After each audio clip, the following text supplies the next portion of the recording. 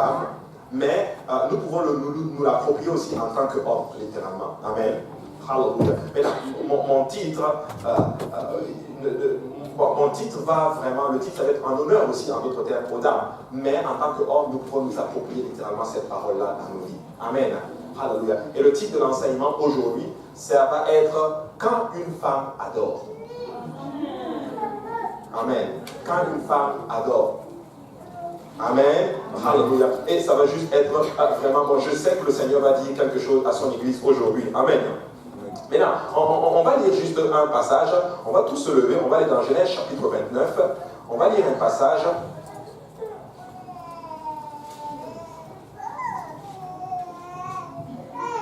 On va lire Genèse chapitre 29 à partir du verset 35.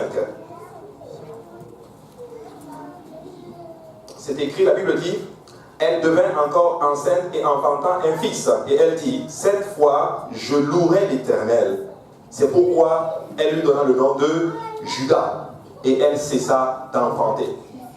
Amen. Elle lui donna le nom de Judas. Et elle cessa d'enfanter. Et vous pouvez vous asseoir dans la présence du Seigneur. Amen. Ici, dans ce passage, littéralement, il est question, en d'autres termes, de notre chère Léa.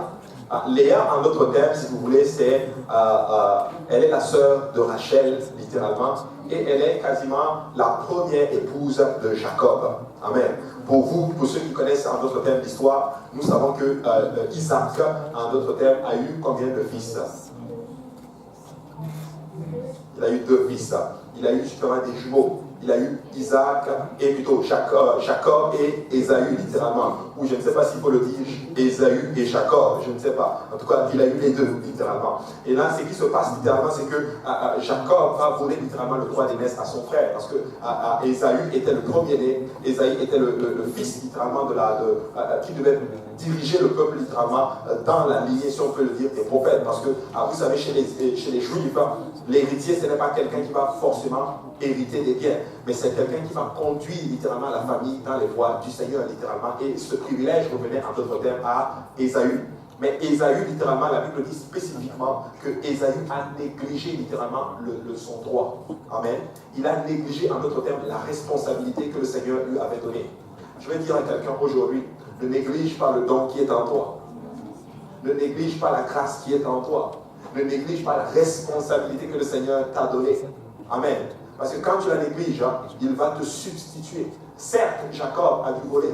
Jacob a dû tricher littéralement pour prendre littéralement ce droit d'aînesse parce que lui, il le voulait littéralement. Il avait cela dans son désir et vous savez quoi? Dieu lui a donné ceci. Dieu a permis littéralement que Jacob, littéralement, devienne, si on peut le dire, le premier fils. En fait, le deuxième est devenu le premier. Amen. Le deuxième est devenu le premier. Jésus a dit quelque chose de bizarre, plutôt, et pas de bizarre, mais de presque semblable dans les Écritures. Qu'est-ce qu'il a dit? Les premiers et les derniers seront les premiers. Amen. Donc, qu'est-ce qu'il est en train de montrer ici, littéralement? C'est un principe, littéralement. Tu sais, si tu négliges ce que Dieu a en toi, tu vas devenir dernier. Amen.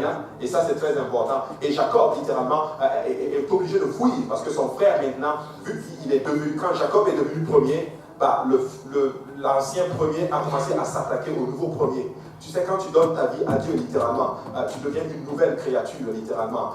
Voilà pourquoi l'ancien homme va essayer de combattre le nouvel homme.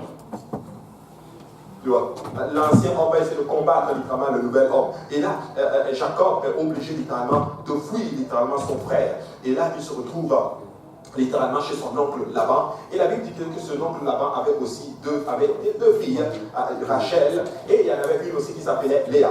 Rachel était belle, de figure, de taille, littéralement. Elle avait littéralement les courbes et elle avait tout ce que physiquement un homme peut désirer, si on peut le dire ainsi. Et Jacob l'aimait. Amen. Mais quelque chose va se passer et on va le lire en d'autres termes. On va lire Genèse chapitre 29 à partir du verset 15. La Bible dit ceci: Jacob demeura 1 mois chez Laban. Puis Laban dit à Jacob: parce que tu es mon parent, me serviras-tu pour rien? Dis-moi quel sera ton salaire. Or, Laban avait 2 filles. L'aînée s'appelait Léa et la cadette s'appelait Rachel. Léa avait les yeux délicats, mais Rachel était belle de taille et belle de figure. Jacob aimait Rachel Et il dit, je te servirai 7 ans pour Rachel, ta fille cadette. La Bible dit littéralement, et la Bible va décrire littéralement ces deux personnages. Léa était comment? La Bible dit qu'elle était délicate. C'est un mot soutenu littéralement pour dire que c'était pas en fait, si tu veux, l'attirance de Jacob, si on peut le dire ainsi littéralement. Vous savez, les Juifs disent que c'est pas qu'elle était laide. En fait, c'est juste qu'elle n'attirait pas Jacob. Tu vois, elle n'attirait pas Jacob. Mais Rachel, littéralement, elle était belle selon Jacob. Elle avait toutes les formes, littéralement, si on peut le dire ainsi. Elle avait toutes les formes qu'un homme peut désirer. Littéralement. Et il l'aimait. Et c'est normal. Tu sais, quand tu aimes, bon, tu aimes, tu vois. Mais nous devons avoir ce qu'on appelle un deuxième, d'autres yeux, littéralement, les yeux divins, si on peut le dire ainsi. Amen. Et là, Jacob dit à son père, je vais te servir pendant 7 ans. Maintenant, savez-vous que ce n'est pas Laban qui a fixé le prix, littéralement, la dot. C'est Jacob lui-même qui a dit, je vais te servir 7 ans. Pour celle que j'aime, littéralement. Et la Bible dit, on va le lire, ainsi au verset 20, Jacob servit 7 années pour Rachel et elle fut à ses yeux comme quelques jours. Tu sais, quand tu aimes, tu ne vois pas le temps passer. Quand tu aimes, tu ne vois pas ce qui se passe autour de toi, littéralement. Vous savez, il y a beaucoup de persécutions autour des enfants de Dieu. Parce que des fois, nous commençons en notre terme à regarder un peu le monde. Nous regardons notre vie dans l'église et nous avons l'impression que nous sommes comme en prison. Nous avons l'impression, littéralement, que nous n'avons plus de liberté. Mais je vais te dire quelque chose, mon frère, ma soeur. Quand tu aimes Jésus, tu ne vas même pas voir le temps passer. Tu ne vas même pas voir ce qui se passe autour de toi. Amen. Et là, à ses yeux, mais ce qui se passe littéralement, c'est que le jour, littéralement, après les 7 ans écoulés, alléluia, je ne sais pas ici s'il y a quelqu'un qui serait prêt à travailler 7 ans pour s'adulcider. Alléluia, ne levez pas vos mains. Alléluia. Amen. Le Seigneur, surtout pour les célibataires, tu peux lever ta main et puis Dieu va prendre ça vraiment à la lettre. Je ne sais pas. Alléluia. Le Seigneur est vraiment bon. Mais lui, il l'a fait parce qu'il aimait un autre terme à Rachel. Mais le jour, littéralement, du mariage, littéralement, ils ont fait la fête et tout allait bien. Et le jour, quand ils sont rentrés pour consommer le mariage, boum, boum, boum, le matin, ah, ce n'est pas Rachel. C'est quelqu'un d'autre. Mais là, je me suis toujours posé la question. Attends, tu aimes Rachel, n'est-ce pas, Jacob? Oui. Mais attends, tu te retrouves dans la chambre, quasiment en intimité, avec quelqu'un qui n'est pas celle que tu aimes et tu ne t'en rends pas compte. C'est le lendemain matin qu'il sait que c'était pas Rachel. Je me suis toujours posé cette question. Mais je vais vous dire ce que je pense. Je n'ai pas vraiment de certitude là-dessus. Moi, je pense qu'il avait bu. Je pense qu'il avait fait la fête, il avait bu de l'alcool, il était puis. Parce qu'à l'époque, il n'y avait pas vraiment de loi aussi au niveau des vins, de la boisson fermentée. Sûrement qu'il a fait la fête, il était tellement ivre que bon, tu n'es plus conscient. Et boum, il s'est réveillé littéralement, il a dit, ça là, c'est pas celle que j'ai épousée, en d'autres termes. En fait, mais peut-être que je peux me tromper par rapport à cela, mais ce qui est sûr, il n'a pas vu. Certains ont dit peut-être qu'elle avait la burqa. Elle était couverte, il n'y avait pas d'électricité à l'époque, il n'y avait pas d'Hydro-Québec à l'époque, il n'a pas su. Mais vous savez quoi, on va être honnête. Tu sais, même si tu mets 100 femmes ici, tu me bandes les yeux, littéralement, et tu m'approches à chacune d'elles, et que tu mets ma femme d'elle, je vais savoir quelle est Mais attends, et je ne suis pas le seul, les frères qui sont tous mariés ici, ils pourraient le faire. Frère Aurélien, c'est ça, non? Oui, ils pourraient le faire. Mais Jules, il fait comme ça. Mais oui, je devais savoir littéralement. Mais lui, il n'a pas su littéralement et il s'est retrouvé marié littéralement à une femme qu'il n'aimait pas, en d'autres termes. Une femme qu'il ne désirait pas littéralement. La Bible dit spécifiquement qu'il va devoir travailler. Il va travailler encore 7 ans littéralement pour qu'on lui donne, en d'autres termes, Rachel. Celle qu'il aime, en d'autres termes. Et là, il se retrouve. Mais quand tu lis le texte, en fait, il n'a pas fait 14 ans pour avoir Rachel, en d'autres termes. En fait, il a fait 7 ans. En fait, il s'est retrouvé avec Léa. Après, à la fin de la semaine, on lui a donné quand même Rachel, mais il a travaillé 7 ans. Donc, après la semaine, littéralement, il s'est retrouvé littéralement avec 2 épouses, quand tu lis bien le texte. C'est ce qui est écrit, non? Amen. Amen. Donc, il s'est retrouvé avec 2 épouses. Mais quand tu entres dans les Écritures, dis à ton voisin qu'il va vraiment quelque part. Amen. Quand tu rentres maintenant dans les Écritures, la Bible dit au verset 31, littéralement, la Bible dit ceci. L'Éternel vit que Léa n'était pas aimée et il la rendit féconde tandis que Rachel était stérile. En fait, celle qui était aimée était stérile et ne pouvait pas avoir d'enfant. Mais celle qui n'était pas aimée, la Bible dit que l'Éternel a vu qu'elle n'était pas aimée. Tu sais, quand la Bible parle, il y a souvent des messages, comme je vous dis, c'est comme, il faut que tu essaies de creuser encore plus et tu vas voir. La Bible dit que l'Éternel vit. Donc ça veut dire qu'il y avait une démonstration littéralement de la part de Jacob, littéralement, pour montrer que, écoute, j'aime la Rachel et je n'aime pas Léa. Avec qui c'est peut-être que la façon dont il la parlait littéralement était différente de la façon dont il parle avec Rachel. Il parlait peut-être d'une façon soutenue, avec une façon amoureuse, si on peut le dire, avec Rachel, mais avec Léa c'était beaucoup plus difficile. Peut-être qu'il donnait un peu plus d'argent de poche à Rachel, mais il ne donnait pas assez d'argent de poche à Léa, en d'autres termes. En fait, l'Éternel a vu littéralement l'injustice, si on peut le dire en d'autres termes, que Léa vivait par rapport, en d'autres termes, à Rachel. Mais je vais dire aujourd'hui à quelqu'un, peut-être que c'est une maman, mais peut-être que ce n'est même pas une maman. Et moi, j'ai appris quelque chose dans ma marche avec le Seigneur. Tu sais, si même on est injuste avec toi, mets juste ta confiance dans le Seigneur, l'Éternel va te justifier. Amen. Amen. L'Éternel va te justifier. Et ça, c'est vraiment important. Dieu a vu littéralement qu'elle n'était pas choyée. Dieu a vu littéralement qu'elle n'était pas aimée littéralement. Dieu a vu littéralement que cette femme souffrait en dedans d'elle. Mais la Bible dit, je vais la rendre féconde en d'autres termes. Je vais la rendre féconde. Tu sais, la fécondité, c'était quelque chose que toutes les femmes désiraient à l'époque, littéralement. Parce que quand tu te mariais, c'était littéralement, oui, pour avoir des enfants, mais c'était pour avoir des descendants, littéralement.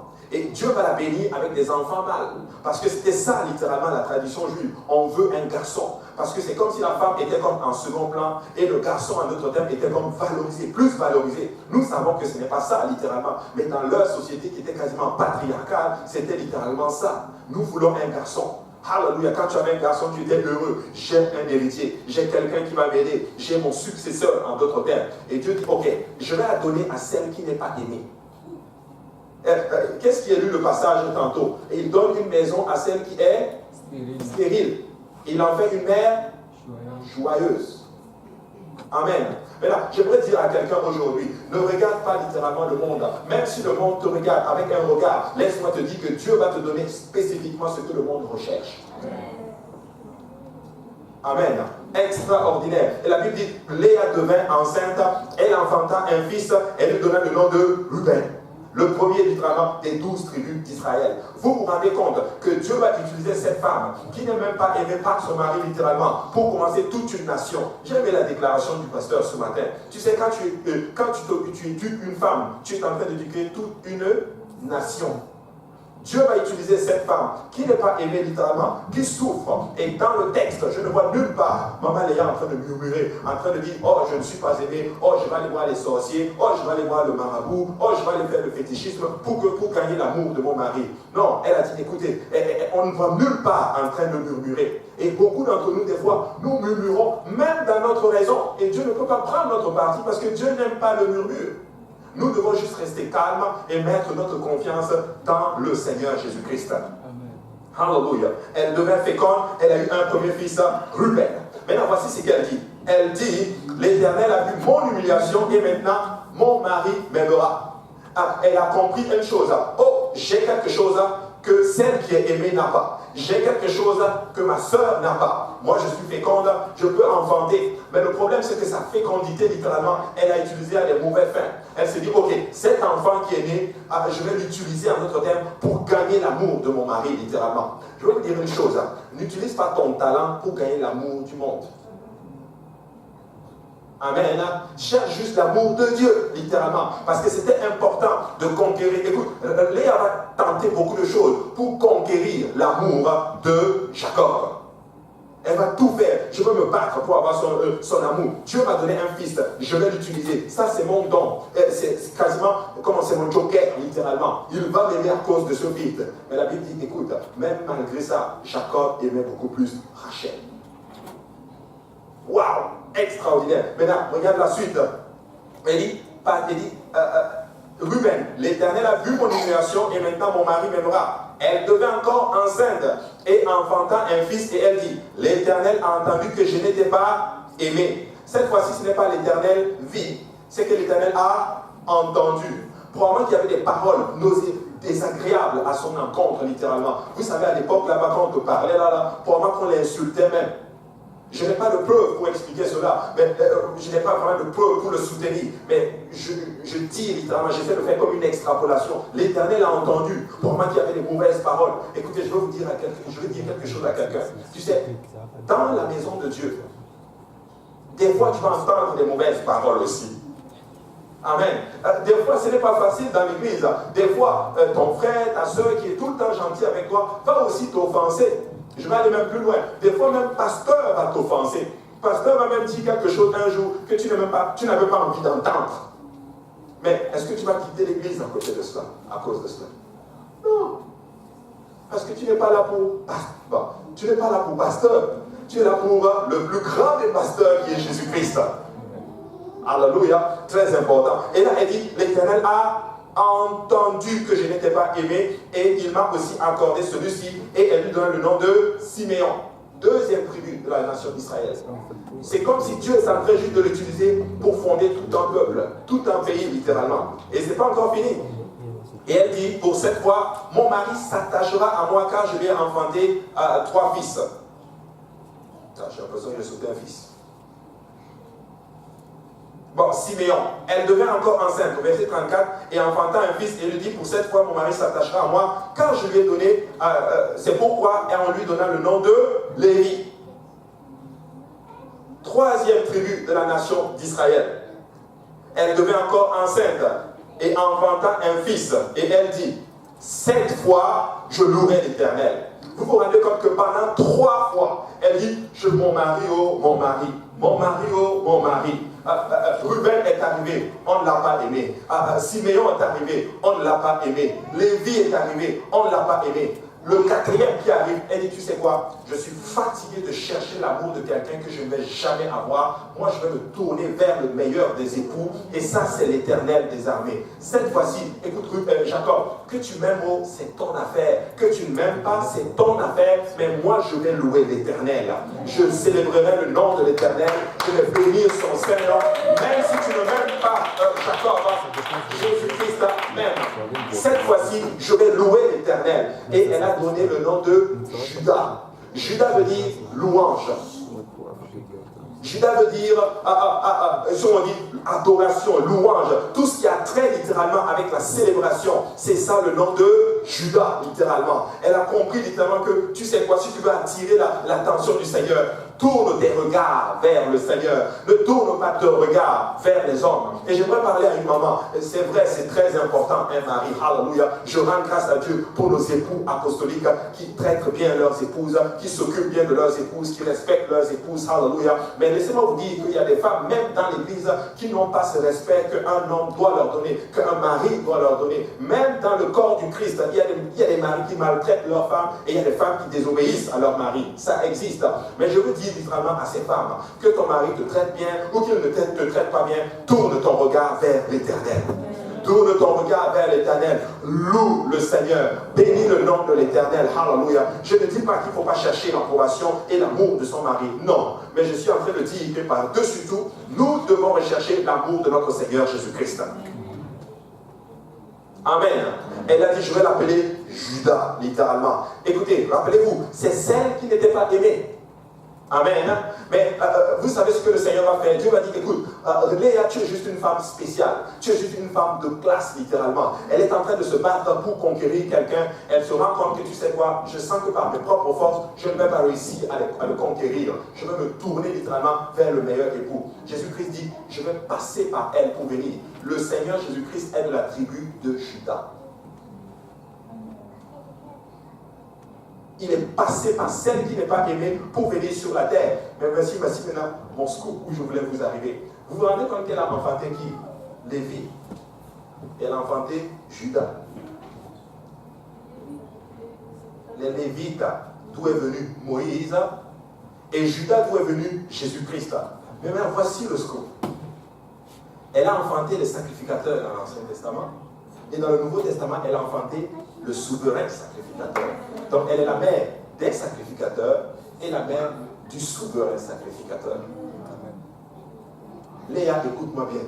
Même si ton mari ne t'aime pas, hallelujah, cherche le Seigneur littéralement, parce que de toi viendra le secours de l'Éternel. Hallelujah. Vous vous rendez compte que Dieu va passer, hallelujah, par cette femme qui n'était pas aimée, pour lui venir sur la femme de la terre. Qu'est-ce que je suis en train de dire aujourd'hui? C'est juste pour dire que quand une femme loue littéralement et qu'elle se tourne vers l'Éternel, le Seigneur ne peut pas rester insensible à la louange d'une femme.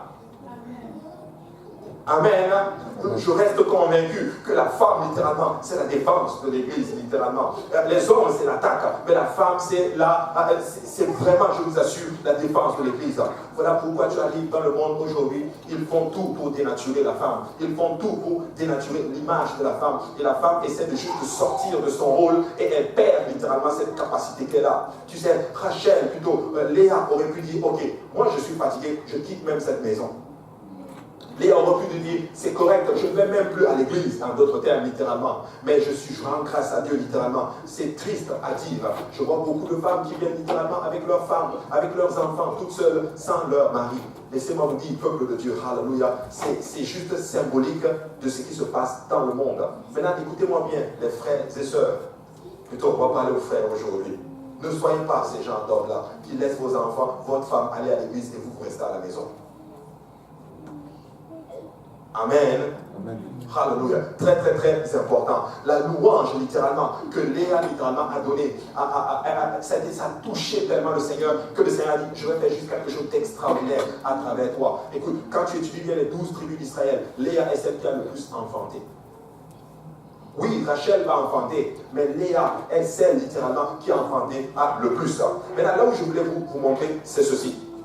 On va aller dans Genèse, chapitre, je m'excuse, Genèse chapitre 49, et on va lire à partir du verset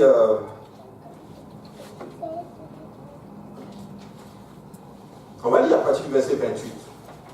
La Bible dit ceci: ce sont là tous ceux qui forment les 12 tribus d'Israël. Et c'est là ce que leur dit leur père en les bénissant. Il les bénit chacun selon sa bénédiction. Ça, c'est Jacob qui bénit ses fils. Puis il leur donna cet ordre: je vais être recueilli auprès de mon peuple, enterrez-moi avec mes pères dans la caverne qui est au champ d'Éphron, le Hétien, dans la caverne du champ de Macpéla, vis-à-vis de Mamré, dans le pays de Canaan. C'est le champ qu'Abraham a acheté à Éphron, le Hétien, comme propriété sépulcrale. Là, on a enterré Abraham et Sarah, sa femme. Là, on a enterré Isaac et Rebecca, sa femme. Et là, j'ai enterré Léa. Je ne sais pas si vous voyez quelque chose de particulier ici. C'est Jacob qui est en train de parler à la fin de sa vie, littéralement, à ses enfants. La Bible dit qu'il a béni chacun de ses fils. Amen. Mais au moment de sa mort, nous savons que Rachel était morte déjà. Elle était enterrée à Ephrata, littéralement. On pourra faire un autre enseignement là-dessus, littéralement, à Ephrata. Mais Rachel, Léa, c'est celle avec qui il va le plus vivre.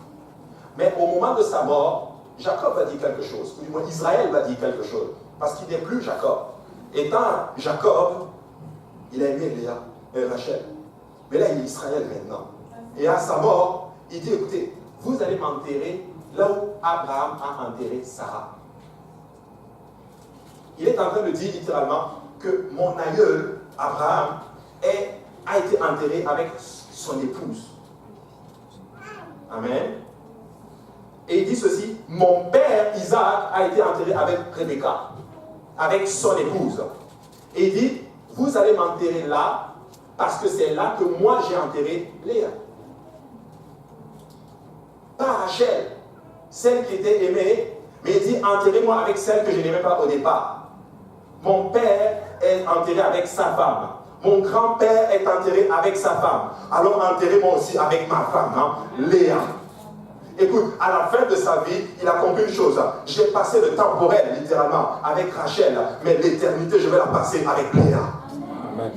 En fait, Léa a compris, Léa était capable de conquérir l'amour de son mari. Elle n'a pas compris en faisant plein de choses mondaines. Elle a compris en faisant des choses spirituelles. Je suis là pour dire quelque chose directement à ces femmes aux femmes de notre église. Alléluia. Nous allons attirer la faveur de Dieu quand vous tournez vers l'éternel. Écoutez, moi je rends grâce à Dieu quand une femme apostolique prie. Je rends grâce à Dieu quand une femme soumise, alléluia, se met à genoux et prie. Laisse-moi te dire que tu bouges littéralement le ciel et l'enfer tremble. Je crois de tout mon cœur que quand une femme apostolique prie littéralement, elle a un pouvoir littéralement que les hommes, nous n'avons pas. C'est spécifiquement biblique ce que je suis en train de vous enseigner. Amen. Alors, femme apostolique, alléluia. Vous savez quoi? Vous êtes juste extraordinaire. Tournez-vous vers le Seigneur. N'essayez même pas de gagner un frère, littéralement, avec les atouts, littéralement. N'essayez même pas d'être spirituel pour attirer les faveurs d'un frère, littéralement. Mais essayez d'être spirituel pour attirer la faveur de Dieu sur toi. Et Dieu va faire venir un homme qui cherche le Seigneur. Et toi, lorsqu'une femme loue, alléluia, peuple de Dieu, laisse-moi te dire que le ciel bouge. Et je suis convaincu que nos sœurs apostoliques, alléluia, je sais que certains d'entre vous posez beaucoup de questions. Je suis là pour te dire, écoute, sers le Seigneur de tout ton cœur et de toutes tes forces. Le Seigneur ne va jamais, jamais t'oublier. Et peu importe le temps, alléluia, Dieu est capable de te faire rattraper le temps. Il est capable de toutes choses, alléluia. Mais j'aimerais, alléluia, que nos dames se tournent encore vers l'éternel. Ne laissez pas le monde vous dire comment vous devez être des enfants de Dieu. Mais laissez la parole du Seigneur vous dire comment vous devez être des enfants de Dieu. Servez l'éternel, alléluia. Louez l'éternel. Bénissez le nom de l'éternel, alléluia. Tu sais, Jacob a compris à la fin que tu sais quoi? En fait, ma femme, c'est Léa. Je ne dis pas que Rachel n'était pas sa femme. Il l'aimait, certes. Mais je suis en train de dire qu'il a compris une chose. Tu sais, la Bible dit dans le Proverbe 31, la beauté, c'est secondaire en fait. Amen. C'est la spiritualité qui compte. C'est l'esprit de service. Et j'aimerais justement appeler cette congrégation. Je prie un des prières le plus important, c'est que nous ayons l'esprit du service. Alléluia. Un esprit, alléluia, de la consécration. Un esprit de sanctification. C'est ça les femmes apostoliques. C'est ça les femmes qui craignent l'éternel. Alléluia. N'essayez pas d'être comme dans le monde. Même dans certaines églises, ça arrive qu'il y a des femmes qui s'élèvent littéralement, qui veulent se gonfler, qui veulent dominer. Pourquoi? Parce qu'elles veulent laisser le monde entrer. Mais nous voulons contre cela dans le nom de Jésus-Christ. Nous disons que nos femmes sont des femmes apostoliques, elles servent le Seigneur et vous êtes puissantes dans le Seigneur. Et moi je sais que cette église ne tiendrait pas sans les femmes. Mais oui, celui-là même qui vous parle, je ne tiendrai pas littéralement sans les prières de mon épouse. Écoutez, je suis convaincu que même notre pasteur, le pasteur Kaosi, je vais le dire, je n'ai pas peur de le dire. Mais si j'en faute, si je fais une faute, il va m'appeler au bureau, il va me corriger, pas de problème là-dessus. Mais je suis convaincu qu'une grande partie de l'onction qui coule sur lui, c'est la sœur Jolie. Amen. Alléluia. Alors nous devons servir le Seigneur. Alors je vais parler maintenant aux frères, littéralement. Nous devons être juste spirituels. Tu dois chercher, ne va pas un peu dans le monde. Je sais que le monde, l'été s'en vient, et beaucoup d'entre nous, nous avons les yeux un peu tournés littéralement dans le monde. Tu es juste en train de faire une grosse erreur. Tu vas juste te faire du mal pour rien.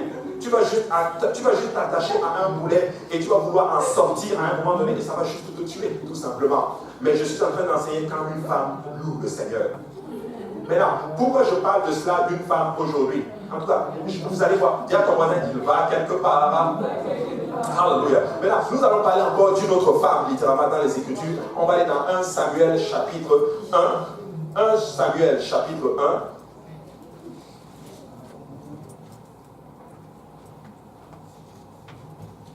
Aujourd'hui, c'est plus une étude biblique là, mais c'est bon. 1 Samuel chapitre 1. Je ne sais pas si on l'a. Et on va lire à partir du verset 1, la Bible dit ceci. Après, je donne 2 Samuel, pardon.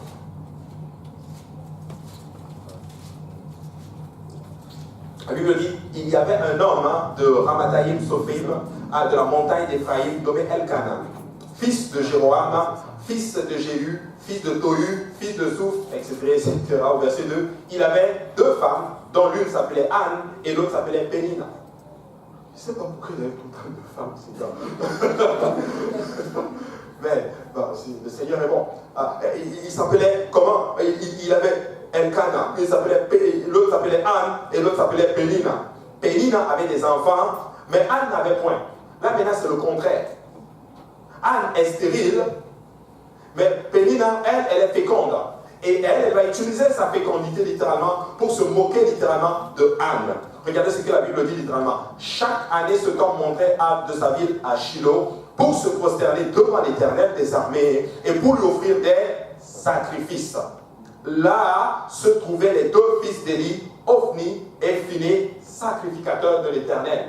Ils sont montés à Shiloh. Écoutez, quand tu lis bien le texte, souvent creuse encore, tu peux extrapoler. La Bible dit c'est chaque année qu'ils montaient à Shiloh. Tu sais, quand ils sont rentrés dans la terre promise, je l'ai enseigné une fois, il y avait la ville de Jérusalem que nous connaissons aujourd'hui s'appelait d'abord Jébuse, parce qu'elle était occupée par ce qu'on appelle des Jébusiens, donc Jébuse littéralement. C'était une ville avec beaucoup de forteresses. Et quand ils sont entrés dans la terre promise, Judas, leur tribu, a tout fait pour prendre Jébuse littéralement. Mais ils n'ont pas réussi littéralement, parce que leur but c'était de prendre Jébuse et de mettre le tabernacle là-bas. Mais ils n'ont pas réussi à le faire. Alors ils ont mis le tabernacle dans une ville qu'on appelle Shiloh.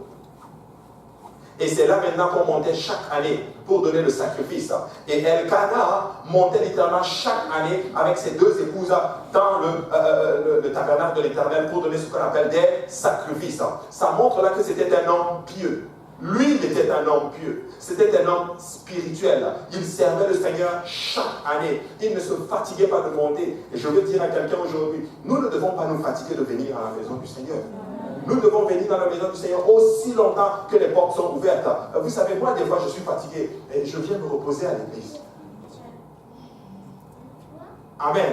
Mais nous voulons venir dans la maison du Seigneur. Il est monté là se trouvait Ophni. Et puis, nous savons que les deux fils d'Élie étaient des enfants pervers. Ils faisaient n'importe quoi. Ça, c'était la faute d'Élie qui n'éduquait pas ses enfants, en d'autres termes, à respecter la maison de Dieu. Et je vais faire un petit scoop là-dessus, une petite parenthèse. Peut-être que je devrais l'enseigner peut-être aussi le matin. Il y a plus de monde, littéralement. Il faut faire attention. Nous devons laisser nos enfants dans la liberté, qu'ils s'amusent et tout. Mais on doit les apprendre à respecter la maison de Dieu. Il faut qu'on les apprenne qu'on ne joue pas sur le pupitre. Il faut le faire. Souvent, je vais voir les parents. Les enfants vont monter sur le pupitre, ils vont danser, Alléluia, l'Éternel est bon. Et puis les parents sont là. Je sais qu'il faut laisser les enfants. Il faut les laisser parce que c'est les enfants, ils ne comprennent pas. Mais si on les prend, littéralement, on les prend, non, il ne faut pas faire. Ils vont commencer à comprendre littéralement ces choses-là. Alléluia. Mais qui aime encore le pasteur? Alléluia. Et ça c'est bon. Maintenant, ce qui se passe, regardez, le jour où Elkanah offrait son sacrifice, il donnait des portions à Pénina, sa femme, et à tous les fils et à toutes les filles dont il avait d'elle. Mais il donnait à Anne une portion double, car il aimait Anne que l'Éternel avait rendue stérile, littéralement. Maintenant, la fécondité, littéralement, ce n'est pas pour ceux qui ne sont pas aimés. Même celles qui sont aimés peuvent être aussi stériles. Qu'est-ce que le Seigneur est en train de montrer ici? C'est que tout le monde peut être stérile. Amen. Elle était aimée. Et quand son mari donnait la portion à Pénina, celle qui avait des enfants, il donnait double littéralement à Anne pour compenser littéralement le fait qu'elle est stérile. Mais même ça ne pouvait pas, en d'autres termes, enlever, en d'autres termes, l'envie d'avoir des enfants. Tu sais, il y a un désir en tout un chacun, en une femme normale, il y a un désir, c'est celle d'avoir des enfants. Amen. Dis à ton voisin, il va vraiment quelque part. Amen. C'est d'avoir des enfants. Maintenant, regarde ceci. Le jour, plutôt je l'ai déjà lu, mais il donnait une portion double. Au verset 6, regardez. Anne s'arriva, lui prodiguait des mortifications pour la porter à s'irriter contre l'Éternel, à s'irriter de ce que l'Éternel l'avait rendu stérile. Pénina avait des enfants et Pénina allait utiliser ses enfants, en d'autres termes, pour se moquer de Anne. Oh, tu sais, Anne, moi j'ai des enfants et toi tu n'en as pas.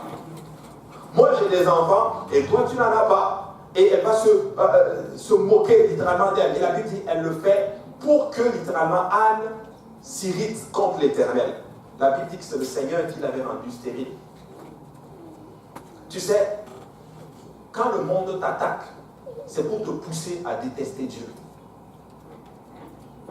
Quand le monde t'opprime, c'est pour te pousser à détester Dieu. Est-ce que certains d'entre vous, ça vous arrive ici, où des fois vous n'avez juste pas envie de venir à l'église?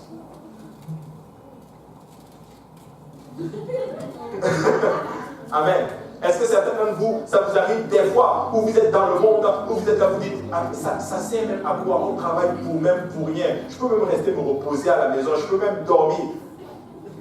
Merci pour votre franchise. Je pense que tout le monde devait lever sa main. Amen. Mais je vous dis que c'est l'ennemi littéralement qui est en train de vous faire de sorte pour que tu détestes l'Éternel, pour que tu détestes la maison du Seigneur. Tu sais, quand tu n'as pas envie de venir dans la maison du Seigneur, prends-toi par le cou et viens à l'église quand même. Quand tu n'as pas envie de prier, lève-toi par le cou, dis cette chair, tu vas prier. Tu vas venir dans la maison du Seigneur et tu vas louer le Seigneur. Et David avait compris, il a dit, mon âme, pourquoi tu t'abats? Espère en l'Éternel. Quelqu'un doit à un moment donné commencer à se parler soi-même, tu sais.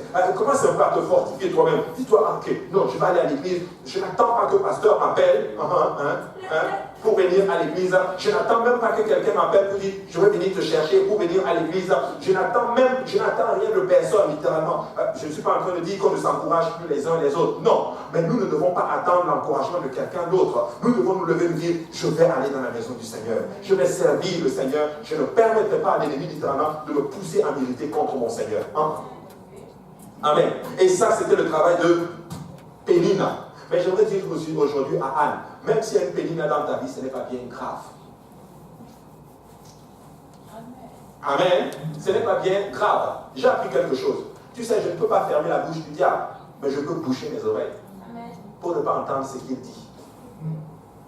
Il peut parler, mais je ne veux pas écouter le diable. Je veux écouter la voix du bon berger, comme on l'a entendu tantôt. Mais regardez, je l'ai déjà lu. Toutes les années, il en était ainsi.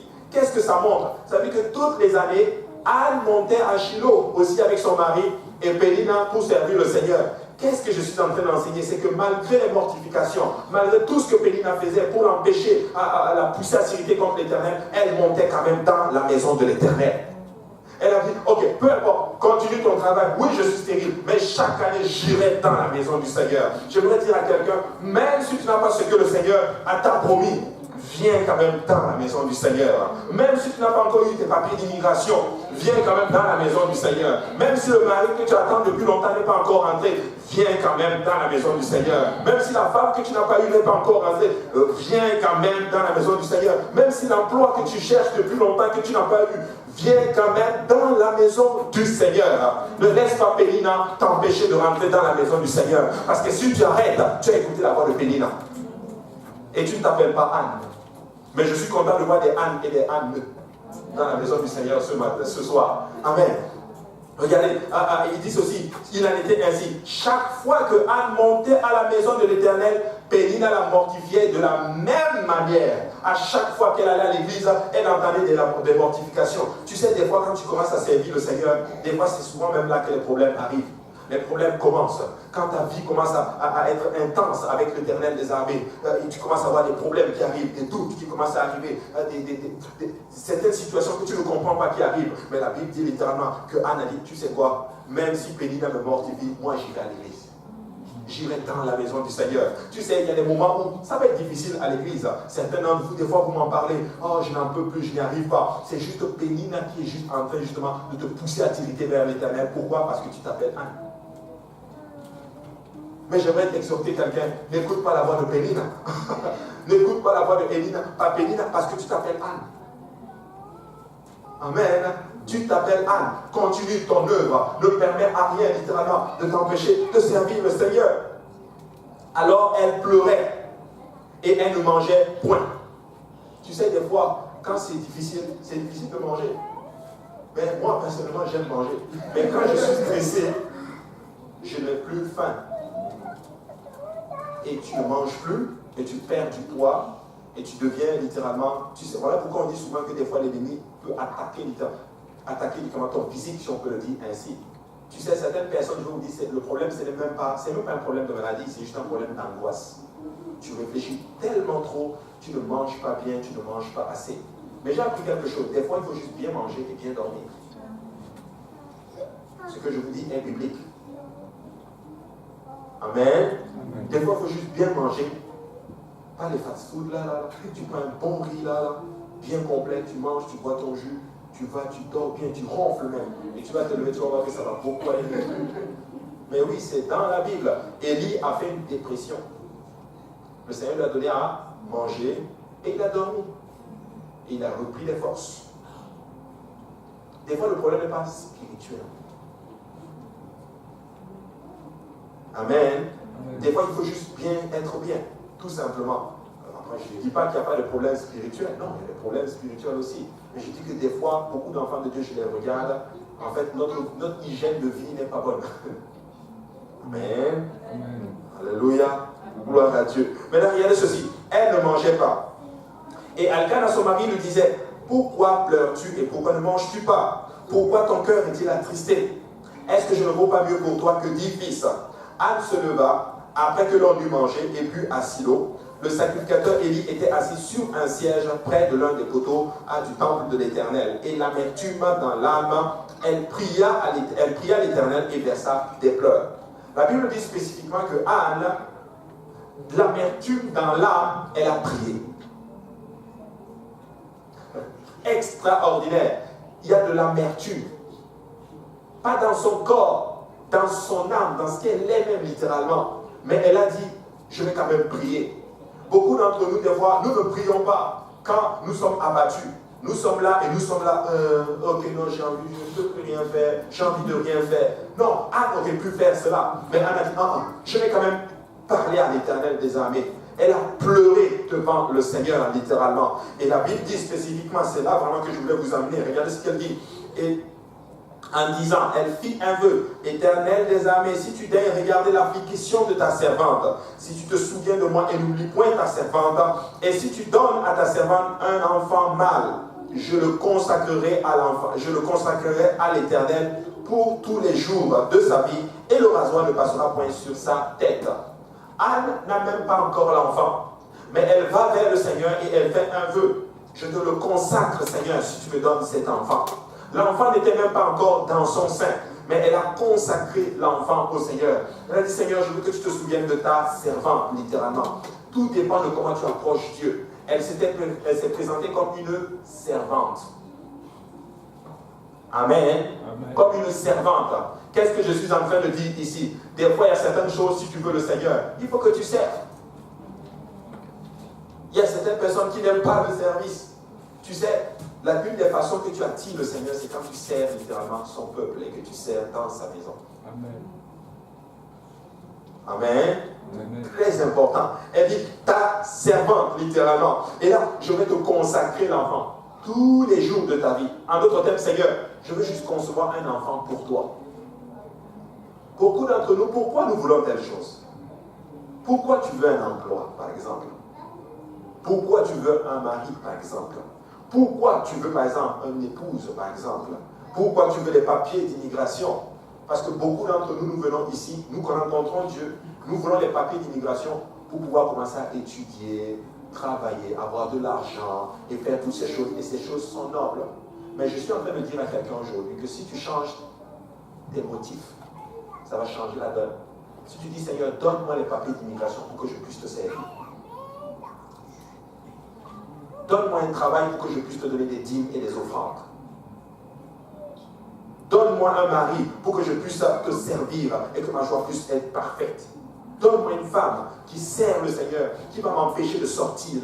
Je vais être honnête avec vous. Une des choses qui m'a poussé à me marier, parce que moi je me suis marié pour être sauvé. J'étais sûr d'une chose, c'est que moi si je dévie, ma femme va me ramener dans l'église. C'est le motif. Quel est notre motif? Pourquoi nous voulons telle chose? Des fois, on veut juste un travail pour envoyer l'argent au pays. Pour que les gens du pays disent que, oh, c'est mon fils qui est au Canada, oh, c'est lui qui a acheté la voiture ici que tu vois. C'est lui qui a construit la maison là. Et tu deviens comme Dieu dans la vie des gens au pays. Je veux vous dire quelque chose de particulier. Je ne suis pas Dieu dans ma famille. J'ai un Dieu. Et je vais les amener à servir ce Dieu littéralement. Et je ne suis pas dans ce pays littéralement pour gagner. Je suis venu ici pour des études. Amen. Et j'ai étudié littéralement. Mais je vais vous dire une chose. Ma plus grande réussite, c'est celle d'avoir rencontré le Seigneur Jésus-Christ. Ma plus grande victoire, c'est d'avoir rencontré le Seigneur Jésus-Christ. Alléluia. Et c'est ça ma motivation. Alléluia. Et ça, c'est vraiment extraordinaire. Amen. Quel est le motif dans tout ce que nous recherchons? Elle a consacré l'enfant. Je vais te consacrer toute ma vie, littéralement. Certaines personnes, ils vont venir. Dieu va leur venir avec un emploi. Tu ne vas plus les voir dans la maison du Seigneur. Dieu va donner telle chose. Tu ne vas plus les voir dans la maison du Seigneur. Il y a certaines personnes, littéralement, qui ont pleuré, littéralement, pour le mari.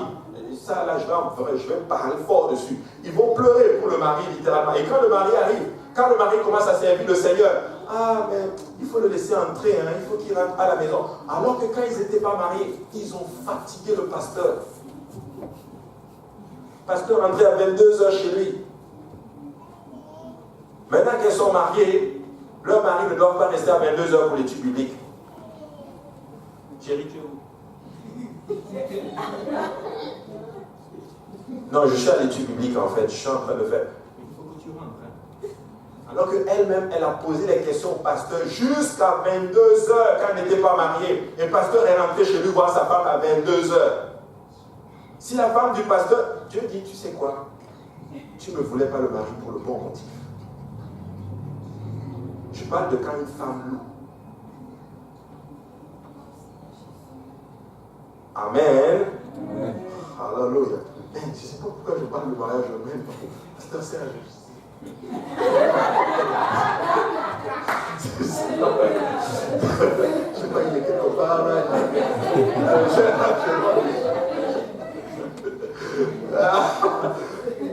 Amen. Amen. C'est le motif. Pourquoi nous voulons telle chose?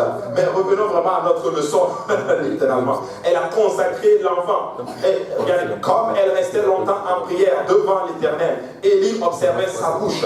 Anne parlait littéralement dans son cœur et ne faisait que remuer ses lèvres, les lèvres, mais on n'entendait point sa voix. Élie pensait qu'elle était ivre et lui dit, jusqu'à quand seras-tu dans l'ivresse? Fais passer ton vin. Elle était en train de murmurer. Elle parlait juste, on n'entendait pas la voix. Donc en fait, c'est comme si elle parlait à l'intérieur d'elle littéralement. Et quand le sacrificateur à l'époque, c'était Élie, pas le prophète Élie, c'était le sacrificateur Élie, il était déchu devant Dieu. C'était un homme de Dieu littéralement. Il était insouciant littéralement de la maison de Dieu. Il ne faisait pas, en d'autres termes, son travail littéralement. Il était assis, il a vu cette femme. Or, c'est une femme ivre, elle a bu. Et il va vers elle, fais passer ton vin. Ivresse, si on peut le dire. La Bible ne donne pas ces détails, mais je suis convaincu qu'il y a eu d'autres mots beaucoup plus compliqués et beaucoup plus durs par rapport à cela, littéralement. Je suis convaincu qu'il a dit, fais passer ton vin. Il a peut-être même insulté, je ne sais pas, mais je suis convaincu que c'était très, très, très, très dur, littéralement. Mais j'aime beaucoup l'attitude de maman Anne. Anne ne s'est pas levée du cœur. Mais c'est ça, c'est quel pasteur ça qui me parle comme cela? On n'a pas le droit. Moi, ne me parle pas comme ça. Je suis quand même une femme, là, respectable. Non, Anne n'a pas fait comme cela. Et je suis là pour dire, je reviens encore à l'attitude. Hallelujah. Écoutez, nous devons avoir une bonne attitude. Hallelujah. Nous devons respecter l'autorité spirituelle. Nous devons respecter l'autorité non spirituelle. Nous devons aussi respecter l'autorité spirituelle. C'est très, très important. Écoutez, beaucoup de personnes loupent leur bénédiction parce qu'ils négligent et méprisent l'autorité spirituelle. Amen. Et elle aurait pu le dire littéralement, mais Anne n'a pas dit ceci. Anne a dit ceci. Elle dit, je n'ai ni bu, ni vin, ni boisson enivrante, mais je répandais mon âme devant l'Éternel. Ne prends pas ta servante pour une pervertie, car c'est l'excès de ma douleur et de mon chagrin qui m'a fait parler jusqu'à présent. Oh, hallelujah. Écoutez, Anne est une maman classe, hallelujah. Elle a marché dans la soumission, hallelujah. Elle dit, je n'ai pas vu, homme de Dieu. Je n'ai juste fait. Écoutez, c'était un homme déchu. Mais elle s'est quand même soumise à l'autorité. Qu'est-ce que je suis en train d'enseigner aujourd'hui? Tu sais, la soumission, ce n'est pas quelque chose, c'est pas une faiblesse. La soumission, c'est toute une force. Ce n'est pas parce que tu es soumise à l'autorité qu'il y a moins d'onction. Je reste convaincu que plus tu es soumis, plus tu es oint. Tu peux être plus oint que même l'homme de Dieu. Amen. Mais reste même dans la soumission. C'est très, très, très important, littéralement. Nous devons marcher dans la soumission. Nous devons marcher. Regardez ce qu'elle dit. Elle dit, je n'ai ni bu, ni moins. C'est l'extrait de mon chagrin. Élie reprit la parole et dit, va en paix et que le Dieu d'Israël exauce la prière que tu lui as adressée. Et elle dit, que ta servante trouve grâce à tes yeux. Et cette femme s'en alla. Elle dit que je trouve grâce à tes yeux. Si aujourd'hui, amen, Pasteur Kaousia fait par exemple, il dit, femme pervertie, ou jeune homme perverti. Ce jeune homme ou cette jeune dame va probablement quitter l'église. Mais ça, c'est même quel pasteur qui parle comme ça. Je rends grâce à Dieu, on ne parle pas comme ça. On aurait perdu beaucoup de personnes. Amen. Mais ce que je suis en train d'enseigner, c'est ceci, c'est que nous ne devons pas arriver à une place nous sommes trop offensés. L'offense, c'est un des esprits de la fin des derniers temps. Beaucoup seront très offensés par un petit quelque chose. Moi, je travaille, mais le pasteur ne me mentionne jamais. Le pasteur ne parle jamais de moi. En passant aujourd'hui même, après le service, il a salué tout le monde, et moi, il ne m'a même pas salué. Et tu vas quitter l'église pour ça. Amen. Tu sais, nous devons juste faire l'œuvre de Dieu. Nous devons continuer le travail du Seigneur. Anne n'a pas fait ça. Non. Anne a dit que je trouve grâce à tes yeux, Seigneur. Regardez ce qu'il dit. Élie va dire que ta servante trouve aux yeux. Et cette femme, ça là, elle mangea et son visage ne fut plus jamais, ne fut plus la même. Je reviens à mon manger encore. Elle a mangé et son visage ne fut plus la même.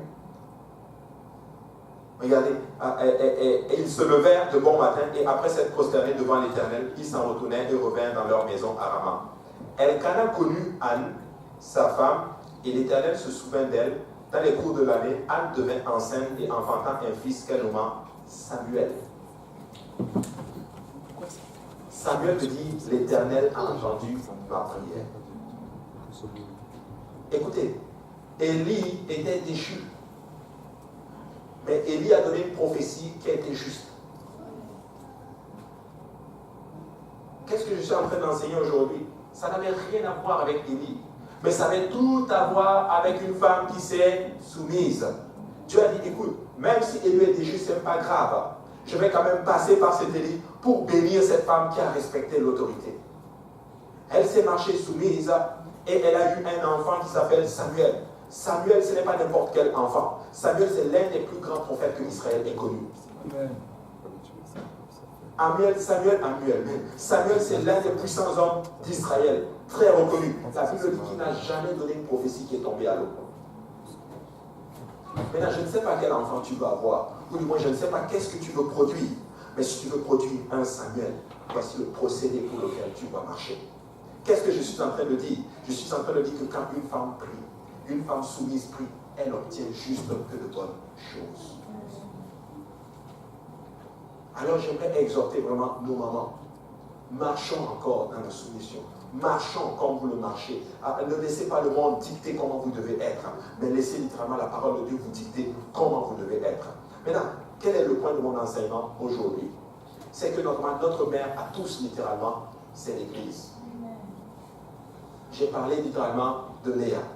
Léa était une adoratrice. L'Église du Dieu vivant doit être une adoratrice. Nous devons être un peuple qui loue et qui adore le Seigneur. Une Église qui n'adore pas est une Église qui ne peut pas enfanter. Si nous voulons avoir plus d'âme, nous devons apprendre à louer l'Éternel. Nous devons apprendre à faire nos choses. Certes, nous voulons attirer les gens, mais nous devons faire les choses littéralement pour attirer l'approbation du Seigneur, comme Léa a fait pour attirer l'approbation du Seigneur. Nous ne sommes pas en train de convoiter un mari dans le monde. Nous sommes en train de convoiter l'Éternel des armées. Amen. Et nos talents, nos dons, nous devons les mettre pour littéralement le service de cet Éternel-là. Nous voulons louer le Seigneur. Nous voulons bénir le nom du Seigneur. Alléluia. Et je vais encore le dire. Alléluia. Je ne suis pas contre l'extravagance. Si le Seigneur te met de sauter pour le Seigneur, je veux que tu sautes pour lui. Si le Seigneur te met à cœur de crier pour lui, je veux que tu cries pour lui. Mais laisse personne littéralement t'empêcher de louer ton Seigneur. Ne laisse personne t'empêcher de battre les mains pour le Seigneur. N'empêche personne t'empêcher de faire ce que le Seigneur t'as mis à cœur de faire, parce que nous voulons attirer littéralement l'attention de notre cher époux.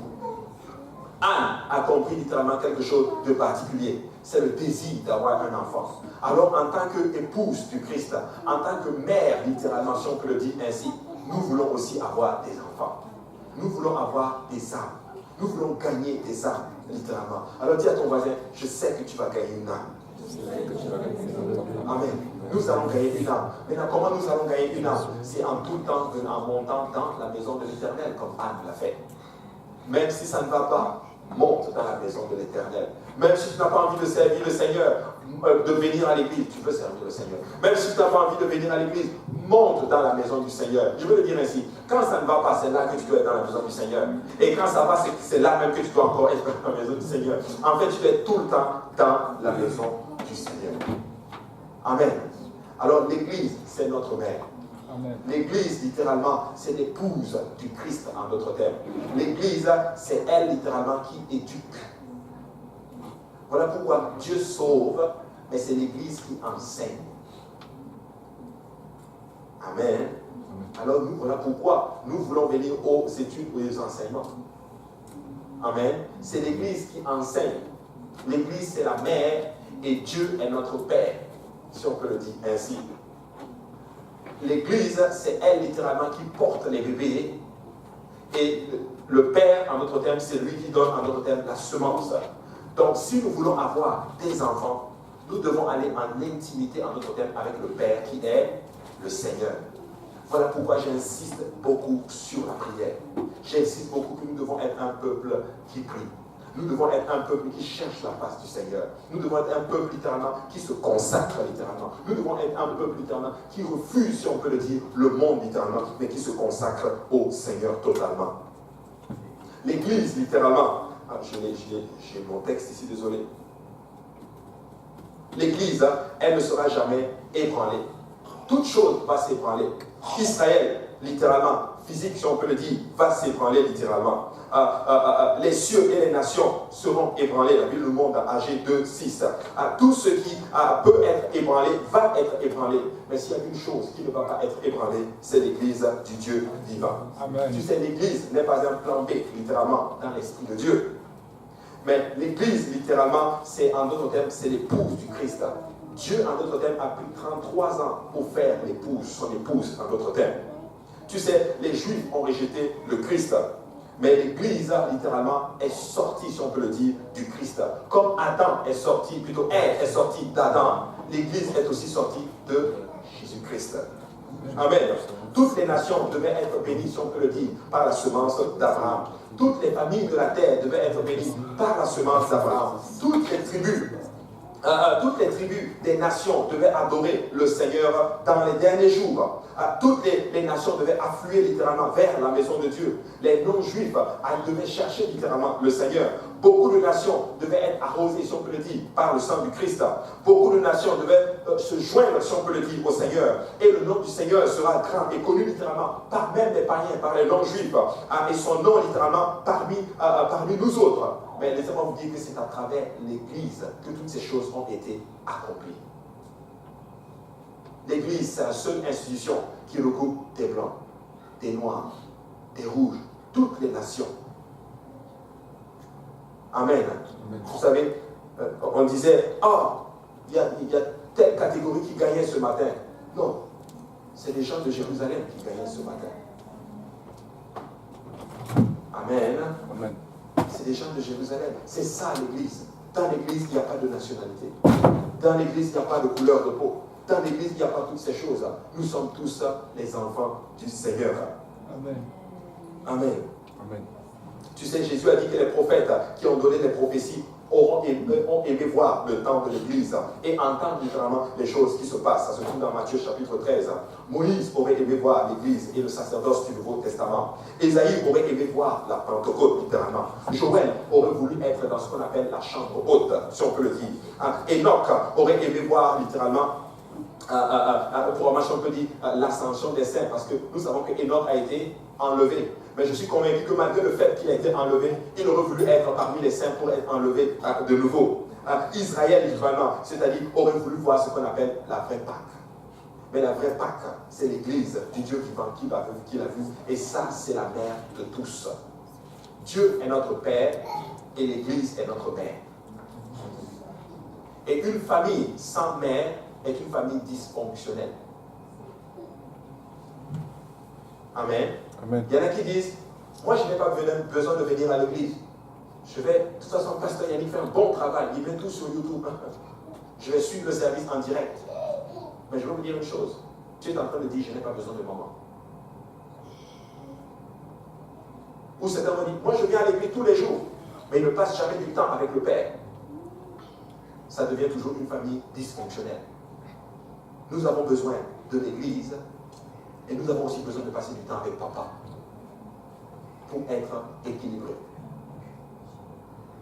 Je veux terminer avec ceci. Est-ce que certains d'entre vous ont déjà étudié l'histoire du fils prodigue? Mais il y a quelque chose de bizarre dans l'histoire du fils prodigue.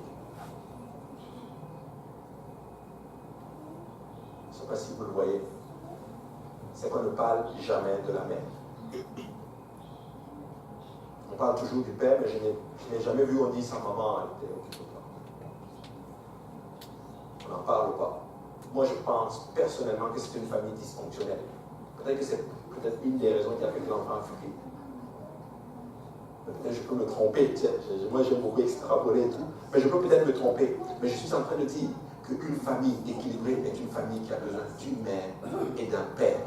Et tu as besoin de l'Église. Et tu as aussi besoin de Jésus-Christ. Amen. Amen. Alors, en cette fête des mères, moi, j'aimerais que nous fassions un vœu, littéralement. C'est celle de passer du temps avec maman, mais celle de passer du temps aussi avec papa. Maman, l'Église, et papa avec le Seigneur. Amen. Pouvons-nous nous lever tous ensemble? Alléluia. Et je vais terminer avec ceci.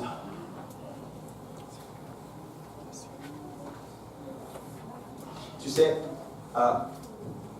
l'Église, ce n'est pas une dénomination. Amen.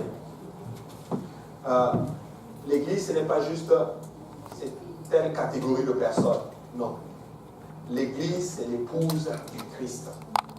C'est ceux qui ont obéi à l'Évangile. Alors, tu ne peux pas être sauvé sans la mère.